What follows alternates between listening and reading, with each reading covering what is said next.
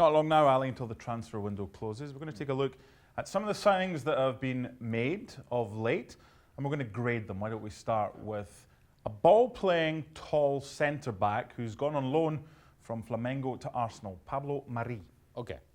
And this is from the perspective of the team who has made the decision and is receiving the player. Okay. I want to give a B. And it's a B based on the fact that Pablo Mari has had a tremendous year with Flamengo and success with winning the league and winning Libertadores, and he has been an important part of that. It's not an A because there's also part of Pablo Mari's career that hasn't been all that exciting and not all that outstanding.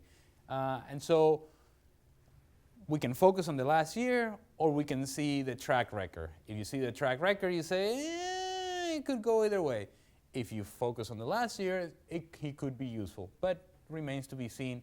B, and an optimistic B at that. So is an optimistic B a B plus?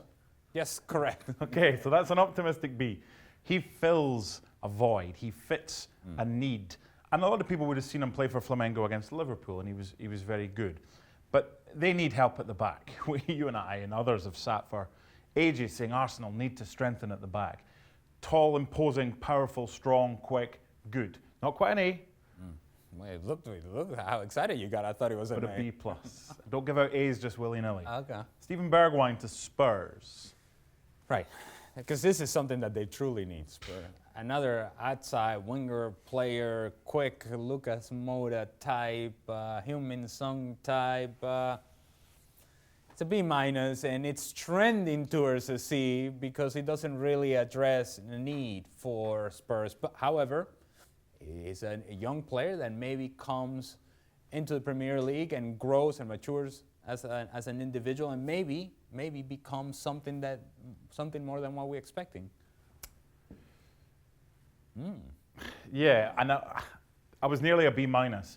He's a good player. Yeah, he's a good player. He's a right-footed player whose left foot's all right. They usually start him on the left and he cuts inside, but Son Heung-min plays there as well. If I'm a Spurs fan, I'm thinking, who's the striker? And then you see it's a talented wide player. So it's a B, and it's a kind of, oh, we'll take him, but Lo Celso took his time to find his feet there. Will Stephen Bergwijn, he's going to have to hit the ground running. Bruno Fernandes. You need players if you're Manchester United. You do. You need talent. And this is the sort of profile of player that you're going to get. Because you cannot come to the table with the big boys and go after the high-profile talent. Because the big boys right now they're playing in Champions League, and they're winning things, and they're playing well, and there's a structure, an identity, and a plan as an organization. Manchester United cannot say that. So they have to come to the table and get players like this one, that you are banking on the potential of what they may become at Manchester United. Good player sporting, productive player sporting, a good piece to have, a good player. He will be useful to Manchester United, a B+. I thought you might go A. Well, you were wrong. I've gone A. Huh? Here's why. They hoped to sign him a while ago. That didn't transpire. He fits their model as far as a number 10 is concerned. He's better than who's been playing there. I mean, Perez played in there, Mata has played in there, Lingard's played in there. The bar is low. It is low, and that's what I'm saying. So he fits that. So it's the bar for your grades, but okay. He's also a goal scorer as well as a creator.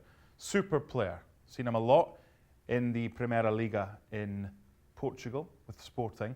And he's a player who, he's not frightened. He goes to get the ball. He's got to have good players around him, so that could be a little bit of a sticking point. But that's the pick of the 5 so far, so I'll give him an A. Okay, I don't know. You didn't convince me, but yeah, okay, sure. Carlos Perez. A B. And it's a solid B. See, I think Carlos Perez, when he's had minutes with Barcelona, he's actually looked good.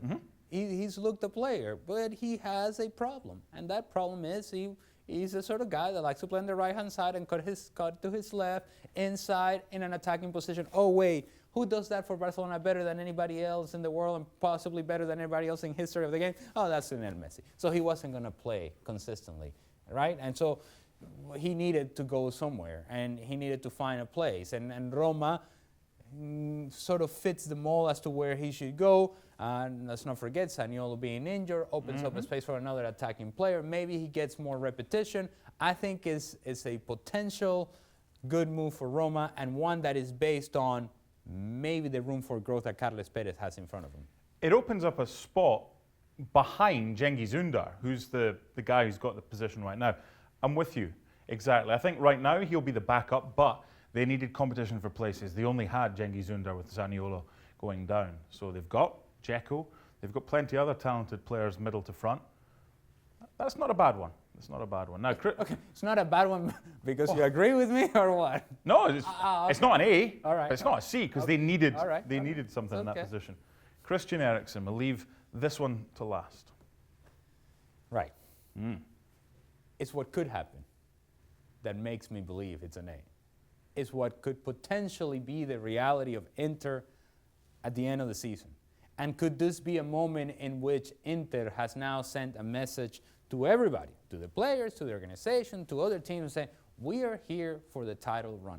We are here to fully challenge Juventus, and we're serious about this, to the point to where we're going to make this investment. We're going to bring in this player because we think that whether it's depth or whether it's a guy that can help us in that key moment to break down a back line that is solid defensively, a back line that is closing the spaces down, a back line of Juventus. Maybe he's the one that splits a pass for Lukaku or Lautaro Martinez. Maybe he's the guy with the vision and the service. And if that's what happens with Inter, then they are banking on that possibility and on the hope that they're able to overtake Juventus. I think it's an ambitious move. I'll give it an A.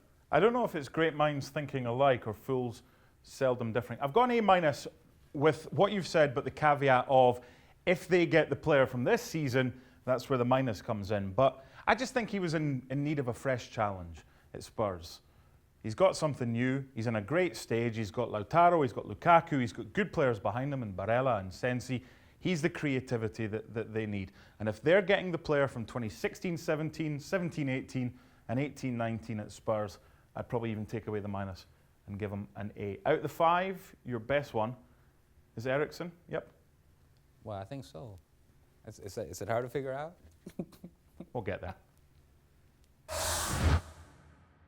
Well, thank you very much for watching ESPN on YouTube. For more sports highlights and analysis, be sure to download the ESPN app. And for live streaming, premium content, and let's not forget as well, ESPN FC 7 days a week. Subscribe to ESPN+.